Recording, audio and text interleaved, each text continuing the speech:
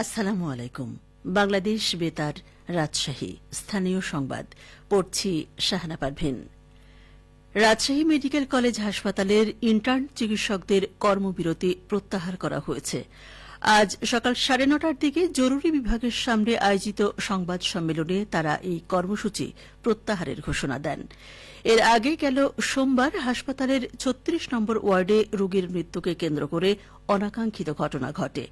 এ ঘটনায় হাসপাতালের পক্ষ থেকে মামলা করা হয়। অভিযোগে বলা হয়েছে, রোগীর স্বজনরা দুজন চিকিৎসকের উপর হামলা করে। মামলার পর অভিযুক্ত দুইজনকে আটক করে পুলিশ। হাসপাতালে নিরাপদ কর্মপরিবেশ সৃষ্টিসহ নানা দাবিতে গতকাল সকাল থেকেই কর্মবিরতি পালন করেন ইন্টার্ন ডক্টর সোসাইটি। তাদের দাবি দেওয়া পূরণের আশ্বাস দেয়ায় কর্মবিরতি প্রত্যাহার করেছেন তারা। রাজশাহী কেন্দ্রীয় উদ্যান ও চিড়িয়াখানার অভ্যন্তরে চলমান উন্নয়ন কাজ পরিদর্শন করেছেন রাজশাহীর সিটি কর্পোরেশনের প্রশাসক মাহফুজুর রহমান রিটন। এ সময় তিনি উদ্যান ও চিড়িয়াখানাকে আরও দৃষ্টিনন্দন ও আকর্ষণীয়ভাবে গড়ে তুলতে সংশ্লিষ্টদের দিক নির্দেশনা প্রদান করেন।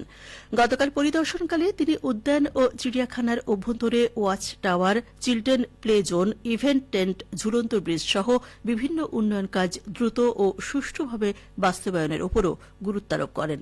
পরিদর্শনকালে রাজশাহী সিটি কর্পোরেশনের তত্ত্বাবধায়ক প্রকৌশলী আহমদ আল মঈন পরাগ, নির্বাহী প্রকৌশলী Mahmudur Rahman Emon, veterinary surgeon doctor Farhad Uddin, স্থপতি জহুরুল আনোয়ার অনন্ত সহ অনেকেই উপস্থিত ছিলেন। রাজশাহী মহানগরীর ব্যাটারি চালিত অটোরিকশা চালকদের সাথে এক মতবিনিময় সভা অনুষ্ঠিত হয়েছে। গতকাল অনুষ্ঠিত সভায় প্রধান অতিথি ছিলেন রাজশাহী সিটি কর্পোরেশনের প্রশাসক মাহফুজুর রহমান রিটন। মতবিনিময় সভায় অটোরিকশা চালকেরা তাদের বিভিন্ন সমস্যা তুলে ধরলে সেগুলো সমাধানের আশ্বাস দেন রাসিক প্রশাসক।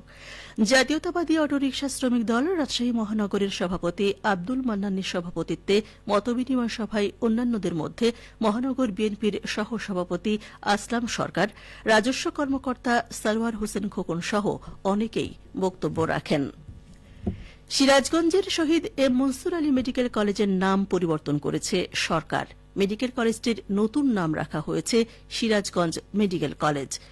গতকাল স্বাস্থ্য ও পরিবার কল্যাণ মন্ত্রণালয়ের স্বাস্থ্য, শিক্ষা ও পরিবার কল্যাণ বিভাগ থেকে জারি করা এক প্রজ্ঞাপনে এ তথ্য জানানো হয়। রাষ্ট্রপতির আদেশক্রমে জারি করা প্রজ্ঞাপনে বলা হয়, দেশের একটি সরকারি মেডিকেল কলেজের নাম পরিবর্তন করে নতুনভাবে নামকরণ করা হয়েছে এবং এ আদেশ অবিলম্বে কার্যকর হবে। স্বাস্থ্য, শিক্ষা ও পরিবার কল্যাণ বিভাগের সচিব মোহাম্মদ কামরুজ্জামান চৌধুরীর স্বাক্ষরিত প্রজ্ঞাপনে নাম পরিবর্তনের ফলে প্রশাসনিক ও একাডেমিক কার্যক্রমে প্রয়োজনীয় সমন্বয় আনতে সংশ্লিষ্ট কর্তৃপক্ষকে নির্দেশনা দেওয়া হয়েছে। নওগাঁর নিয়ামতপুরে একই পরিবারের 2 শিশুসহ 4 জনকে গলা কেটে হত্যার ঘটনায় মামলা করা হয়েছে। এ ঘটনায় জিজ্ঞাসাবাদের জন্য 5 জনকে পুলিশি হেফাজতে নেওয়া হয়েছে। আজ সকালে নিয়ামতপুর থানার ভারপ্রাপ্ত কর্মকর্তা মাহবুবুর রহমান এসব তথ্য নিশ্চিত করেছেন। পুলিশি হেফাজতে থাকা ব্যক্তিরা হলেন নিহত হাবিবুর রহমানের বাবা নমির উদ্দিন, বড় বোন ডালিমা, মেজ বোন হালিমা, ভাগ্নে সবুজ রানা ও ভগ্নিপতি শহীদুল। এর আগে গতরাতে অজ্ঞাত পরিচয়দের আসামি করে হত্যা মামলা করেছেন নিহত গৃহবধূ পপি সুলতানার বাবা মোয়াজ্জেম হোসেন। নিয়ামতপুর থানার ওসি মাহবুবুর রহমান বলেন, হত্যাকাণ্ড ঘটনার পর থেকে পুলিশ ও একাধিক তদন্ত সংস্থা ঘটনাস্থল পরিদর্শন করে আলামত সংগ্রহ করেছে।